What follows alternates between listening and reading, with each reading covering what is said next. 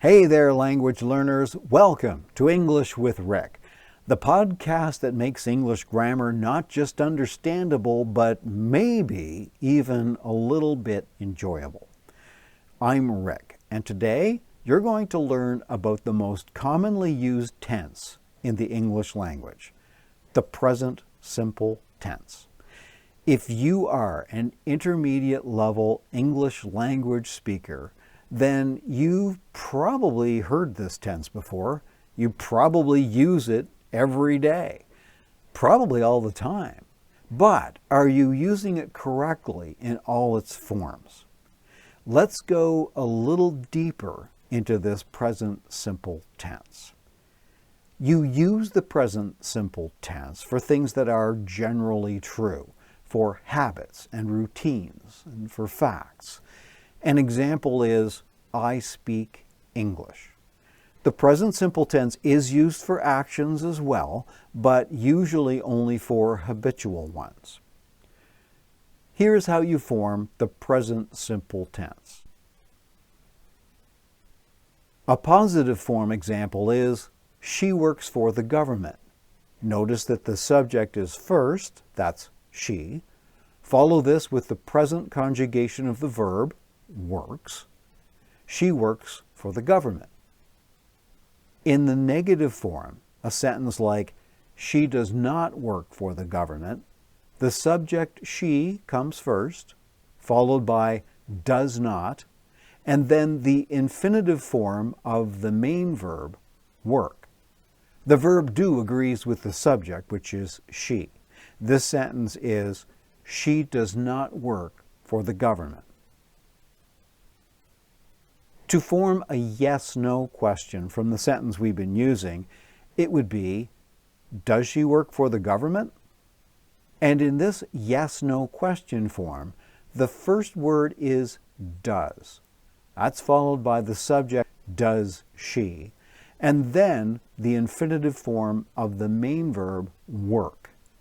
Does she work for the government? To answer that question positively in the present simple tense, you can use the short answer form. Yes, she does. For this form of the tense, start with the word yes and follow it with the subject and then the present simple conjugation of the verb do. That is why the sentence is, yes, she does. For the WH question form in the present simple tense, you would say, where does she work? This form begins with a WH question word, where in this case, followed by does, and that's because the pronoun subject is she. Then the subject, she, is after that. And finally, the infinitive form of the main verb, work. Where does she work? The challenge isn't just knowing the rules for forming the tense. The challenge is knowing when it's the only tense that works, even when it seems like other verbs might fit. In the sentence, she works for the government, it's in the present simple tense because it's a general situation or a fact about her life. The present simple tense is the only correct tense for a sentence like, she knows him, because know is a stative verb.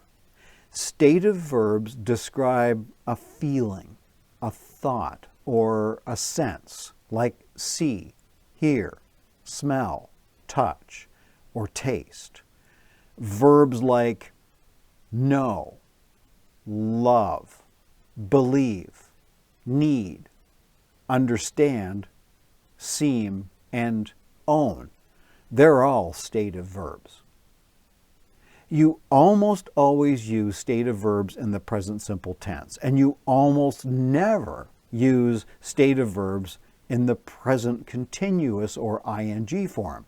You don't say, as an example, I am knowing the answer. You say, I know the answer. This is for the present, of course, because it's also correct to say she knew him, but that's a different time. That's the past. English-speaking people think of it this way. Knowing is not an action you are currently performing. It's a state of being. It's a condition that exists. If your native language uses a continuous form for state of ideas, remember that English is different. For a state of being, a feeling, for senses, or a thought, use the present simple tense. She lives in Vancouver. It's a state of being. I like you is a feeling.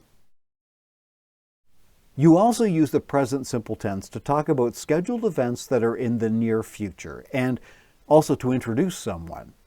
Two examples are, the meeting starts at 3 o'clock and this is Nancy. Some examples are, the train leaves at 7 o'clock tomorrow. And that's, even though it's going to happen tomorrow, it's on a fixed schedule. The school year ends in June. That is a scheduled event. Don't use the present simple tense for personal plans. I go to the dentist tomorrow is not correct. That's a personal appointment, not a public schedule. For personal plans, you use a different future tense, like I am going to the dentist tomorrow, or I'll go to the dentist tomorrow. The key thing to remember here is that for a predetermined and scheduled event, the present simple tense is your correct choice, even when you're talking about the future.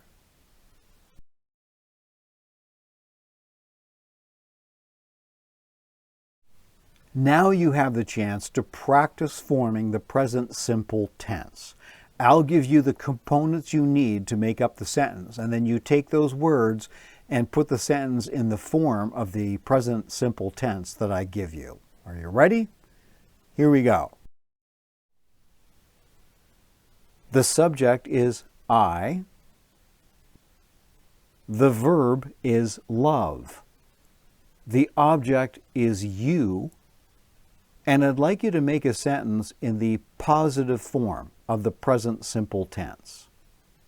Hit pause right now, think about what that sentence would be, and when you're ready to hear the answer, hit play again.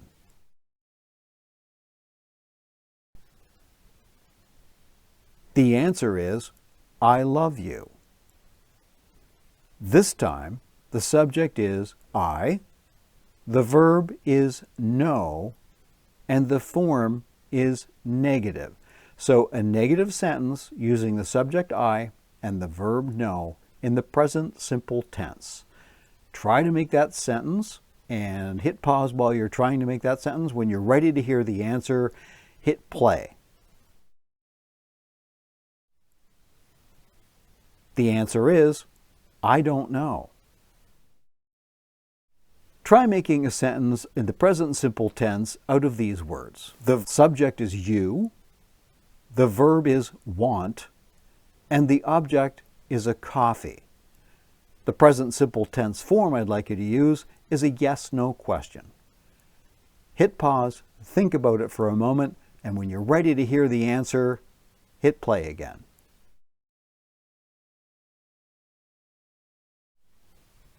The answer is, do you want a coffee?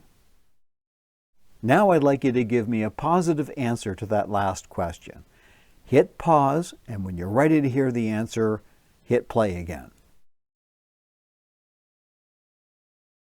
The answer is, yes, I do.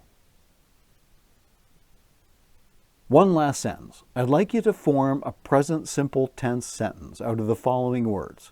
The subject is you, the verb is be, and the form is a WH question using the word where. Think about this.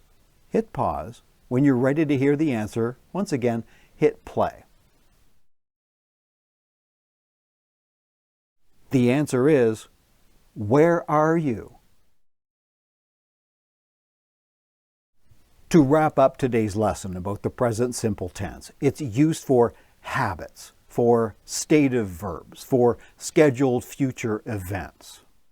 Listen for the ways that English-speaking people use the present simple tense in daily life. The next time you're listening to a conversation, you're watching a movie, checking out a podcast, something like that, pay attention to the way that the present simple tense is being used. As an example, does the character say, "I am knowing," or do they say, "I know"? Does the news anchor say, "The news is at 6 p.m. tonight"?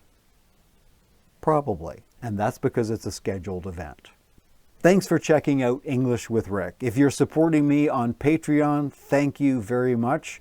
I could not do this without you, and let's do this again soon.